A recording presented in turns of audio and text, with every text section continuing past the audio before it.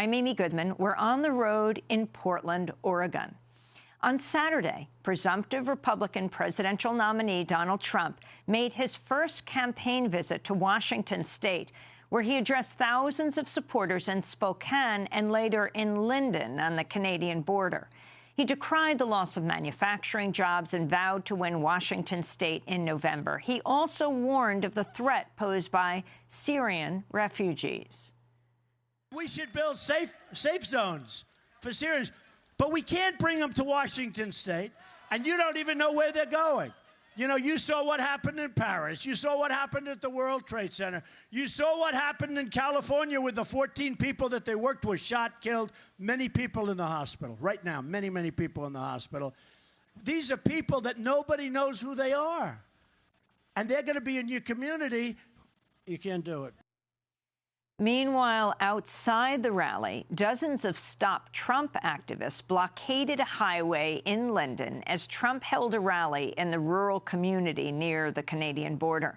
3 activists were arrested after they used chains, PVC pipes, and ladders to form a human chain across 2 lanes of traffic.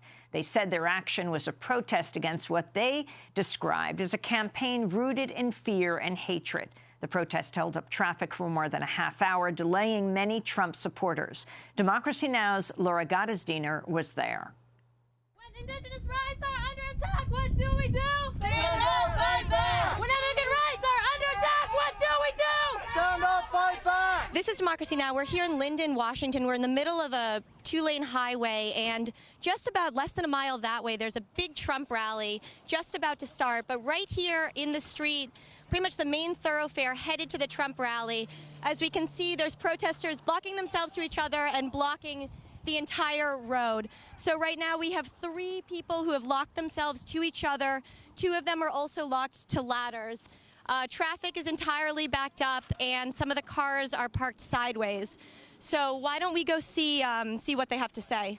Hi, my name is Thomas. I'm here to support folks that have been organizing here locally against fascism and Donald Trump.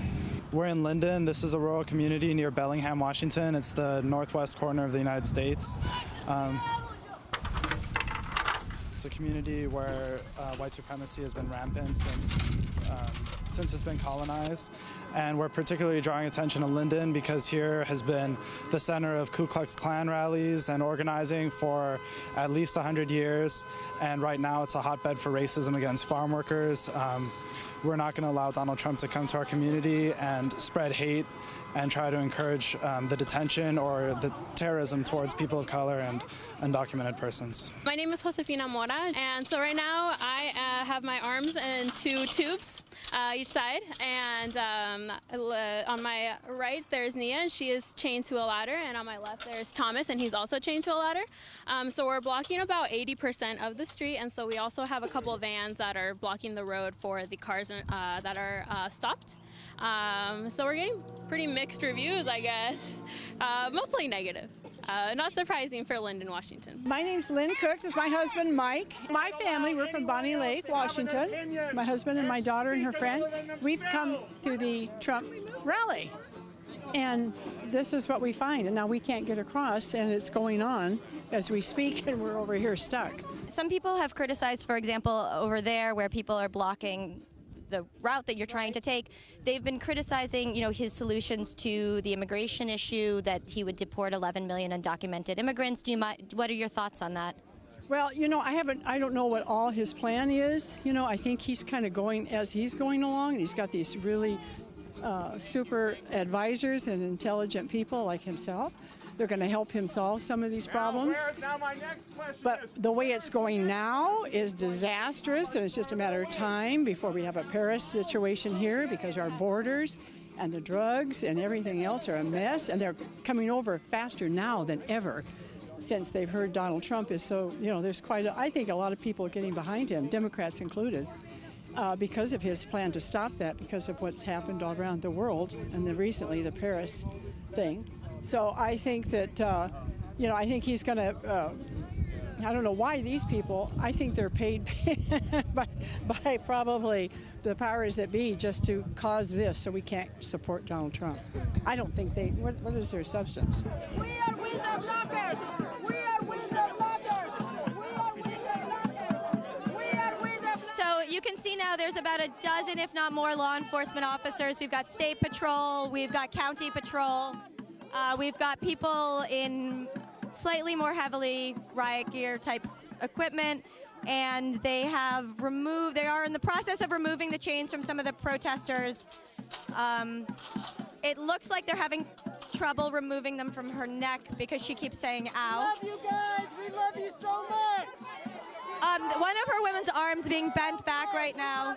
Some people have jobs, some people have things to go do, right? Yeah. Regardless of whether you vote for Trump or not, it doesn't matter. Where are you headed right now? To the Trump rally, but that's not the point.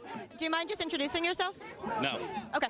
I'm a veteran. In my opinion, Bernie and Hillary do not care about veterans. That's, my personal opinion from what I've seen, what they've said. Trump cares about veterans, and Trump's tax plan is a lot better than everyone else's. Me personally, I don't want to pay more taxes, right? Especially for people who don't have jobs. If you don't have a job, you shouldn't get free handouts. You shouldn't get anything, We don't need you. Obviously, they're protesting right now, saying that they're against, Donald Trump's plan for deporting 11 million undocumented immigrants. They've also said that the total ban on Muslims entering this country wouldn't be helpful. What are your responses to some of that criticism? Theodore Roosevelt said that if you want to come into the country, that's fine.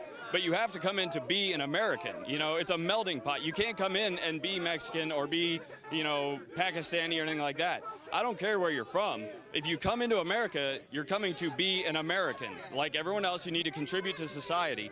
So if you come in and you want to say, fly the Mexican flag, then go back to Mexico.